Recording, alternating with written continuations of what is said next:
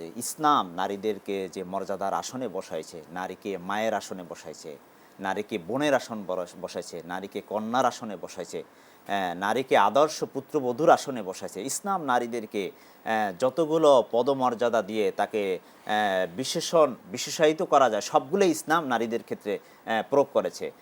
তো আপনি কোরআন সুন্নাহর আলোকে যদি ব্যাখ্যা করতেন যে নারীদেরকে আর কি কি জায়গায় নারীদেরকে আল্লাহ তাআলা বিশেষ সুযোগ সুবিধা দিয়েছেন, ওই আরবের জাহেলিয়াতে সমাজ থেকে উদ্ধার করে নারীদেরকে এক সম্মানের সুউচ্চ আসনে আসীন করেছেন আল্লাহ তাআলা।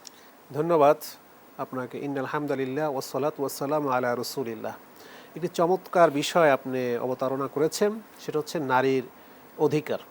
আমি কয়েকটি বিষয় নিয়ে আপনাকে এখানে আলোচনা করব। একটা হচ্ছে সম্পদের অধিকার, নারীর শিক্ষার অধিকার, নারীর সামাজিক অধিকার এবং নারীর যে পারিবারিক যে অধিকার, এই কয়েকটা বিষয় আমি আপনার সাথে আলোচনা করতে চাচ্ছি।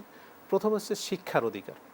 ইসলাম শুধু পুরুষের জন্য শিক্ষা রাখে না, নারীদের জন্য শিক্ষাকে, সবার জন্য শিক্ষাকে উন্মুক্ত করেছে। মাশাআল্লাহ। তলাবুল ইলমি ফারিদাতুন আলা কুল্লি মুসলিম অল মুসলিমা, অর্থাৎ নারী পুরুষ সবার জন্য শিক্ষাকে উন্মুক্ত করেছে। আমরা অনেক সময় আমরা ধারণা করি যে ইসলাম মনে হয় নারীদেরকে শিক্ষা সেরকম উচ্চ শিক্ষা অথবা শিক্ষার প্রতি সেরকম করা হয় না। সেটা যদি হতো তাহলে আমাদের অধিক পরিমাণ হাদিস বর্ণনাকারী আমাদের ভিতর মা আয়েশা রাদিয়াল্লাহু তাআলা আনহা রয়েছে। কিন্তু এইভাবে অসংখ্য শিক্ষাবিদ এই নারীদের মাধ্যম থেকে এসেছে, ইসলামী শিক্ষাবিদ। এরপরে অর্থনৈতিকভাবে যদি আমরা যাই, নারীদেরকে অর্থনৈতিকভাবে ইসলাম দিয়েছে। আধুনিক যুগে অনেক সময় নাস্তিক মুরতাদ যারা রয়েছে তারা অনেক সময় বলে যে ইসলাম নারীদেরকে ঠকিয়েছে অর্থনৈতিকভাবে। কখনো না।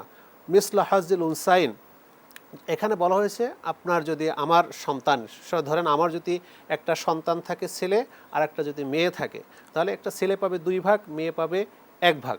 এটা হচ্ছে প্রাথমিকভাবে আপনি বুঝতে পারলেন। কিন্তু এটাকে দেখতেছেন প্রাথমিকভাবে সে কম পাচ্ছে, কিন্তু অর্থনৈতিক এই মেয়েটা যখন আবার স্বামীর কাছে যাবে, আমার কাছ থেকে তো সে পেলো 1 ভাগ, আবার স্বামীর কাছ থেকে তো কিন্তু একটা ভাগ অংশ সে পাবে।